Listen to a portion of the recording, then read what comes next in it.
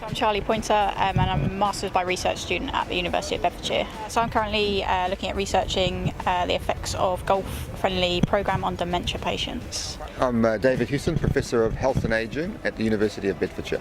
So I'm Charlie's supervisor, so I'm supervising her for the project she's doing, and we've got a few other projects, all of which are looking at ways that playing golf can be beneficial to people with dementia and also the caregivers of people with dementia. One of the sort of initial papers we read was something where they'd done an MRI study looking at the volume of the hippocampus, which is the region of the brain related to memory.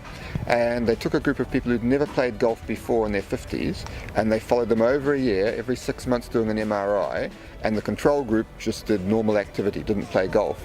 And they found at the end of the study, what they ended up with was the control group having a reduction in the volume of the hippocampus, which is normal with that age, whereas the golfers ended up with a slight increase in volume. So much, the sort of thing that doesn't normally happen. Normally with age, the volume decreases.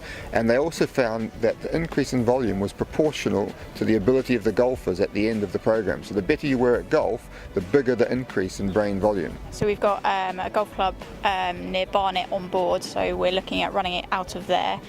They've got a few PGA pros that are specialists in kind of running with disabilities, so we're going to look at getting them on board, or they are on board, and we're going to run the project through them. So they're going to provide golf to new golfers, so people that never played golf before, train them up, and we're going to do a 12-week program with those kind of dementia sufferers through playing golf. So before they start their program, we're going to be looking at functionality, so we might look at kind of sit to stand tests and some other common functional tests, cognitive function, and also looking at a kind of carer quality of life as well. So we're going to test how the carer is going to respond having the dementia sufferer away from them for a little while, and how their quality of life improves as well as the dementia sufferers. And we're hopefully going to get evidence that golf is beneficial for people with dementia, and we'd obviously like to look at something a lot longer than 12 weeks. So for this study we're looking at having a range of golf clubs in Hertfordshire and Bedfordshire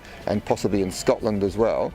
And each of these golf clubs will have a number of golfers in the sort of 20 to 30 total number of golfers in each golf club, and then we're going to be following them over a much longer period to see whether or not we can slow the decline that happens to everyone living with dementia, whether it be cognitive, whether it be physical, and obviously looking also at caregiver burden, as Charlie has mentioned, because if you've got someone who's playing golf for, say, twice a week for 3 hours, the possibility of respite care is something that can't be underestimated. Obviously, one of the major problems when you've got someone who has dementia is as they progress, it's very difficult to leave them alone, and obviously that can be quite stressful for the caregiver, even more so than the person with dementia.